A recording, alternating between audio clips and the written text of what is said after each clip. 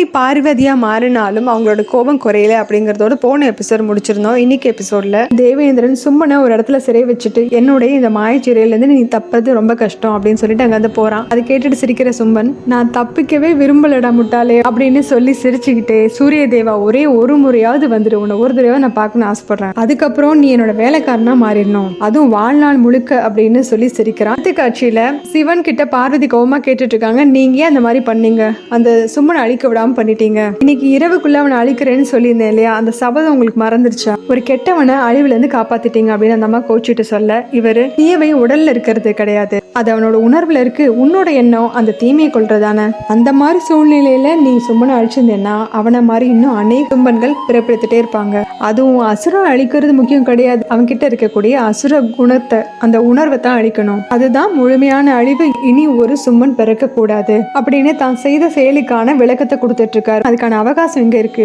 சூரியன் உதயமாக போகுது, அதுக்குள்ள நான் அவனை அழிக்கலைன்னா நான் கொடுத்த வாக்கை காப்பாத்துறதுக்காக அவனுக்கு உயிர் பிச்சு தர வேண்டியது இருக்கும் அப்படிங்கிறாங்க. இன்னைக்கு இரவு முடிஞ்சிருச்சுன்னா நாளைக்கு அவனை என்னால அழிக்க முடியாது, இதுதான் உங்களோட முடிவா, ஒரு துஷ்டனுக்கு இரவா வரம் கொடுக்கணுமா அப்படின்னு கேக்குறாங்க. அதுக்கு சிவன், அதை நான் சொல்ல வரல, நான் சொன்னது சும்பன் மாதிரி இன்னும் நிறைய பேர் பிறந்துட கூடாது அப்படிங்கறதான், அதை ஞாபகம் வச்சுக்கோ, எப்படி ரத்த பீஜனை காளி கொண்டாங்களோ அது மாதிரி நேரம் தெரிஞ்சுக்கிட்டு தான் அவனை அழிக்கணும், அது நல்லதோ கெட்டதோ எதுவா இருந்தாலும் சும்மன் அழிக்கப்படணும் அப்படின்னு அவங்களுக்கு இன்னொரு வழியை காமிக்கிறாரு. இவங்க யோசிச்சுட்டு கேட்டுட்டு இருக்காங்க, இதுக்கு மேல என்ன முடிவு பண்ணணும் அப்படிங்கறது நீயே முடிவு பண்ணிக்கோ, உனக்கு எது சரின்னு தோணுதோ அதே மாதிரி செய், ஆனா இப்ப நான் உனக்கு ஒரு வாக்கு கொடுக்குறேன், உன் வழியில இப்ப நான் வரமாட்டேன் அப்படின்னு அவரும் சொல்லி முடிக்கிறாரு. இந்த அம்மா அவர் சொன்ன விஷயங்களே அப்படியே தீர்க்கமா யோசிச்சுட்டு இருக்காங்க.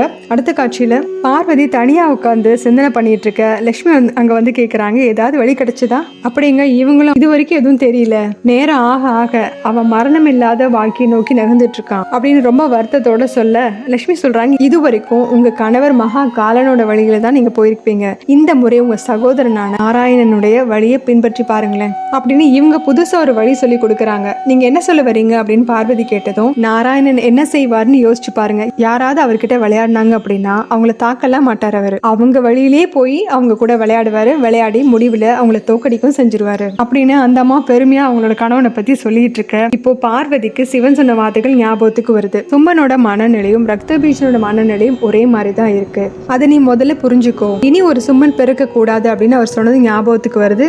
இப்போ அவங்களுக்கு புரிஞ்சிருச்சு. பார்வதியும் சந்தோஷமா, இப்போ நான் என்ன செய்யணும்னு எனக்கு புரிஞ்சிருச்சு லட்சுமி அப்படின்னு சொல்லிட்டு, நான் சந்திரகந்தாவோட வடிவத்தை எடுக்கிறதுக்கு நீங்க உதவி பண்ணுங்க, மறுபடியும் உங்களோட உதவி எனக்கு தேவை, நீங்க செய்வீங்க தானே அப்படின்னு கேட்டதும் அந்த அம்மா புரியாம பாக்குறாங்க. அடுத்த காட்சியில சும்மன் சிறையில அமைதியா உட்காந்து யோசனை பண்ணிட்டு இருக்கான். அந்த இடத்துக்கு பார்வதி அங்க 3 கண்களோட வித்தியாசமான ஒரு அலங்காரத்துல வந்து நிக்கிறாங்க. புலித்தோலும் கலந்த ஒரு ஆடை அணிஞ்சிட்டு நிக்கிறாங்க. இவங்களை பார்த்ததும் ஆச்சரியப்பட்டு சும்பன், நீயா அப்படின்னு கேட்க, ஆமா அப்படின்னு அவங்களும் தலையசைக்க, இந்த சூழ்நிலையில பார்வதி அப்படின்னு பார்த்துட்டு அவங்க கிட்ட கேட்கவும், ஆமா உங்ககிட்ட நான் ஒண்ணு சொல்லணும்.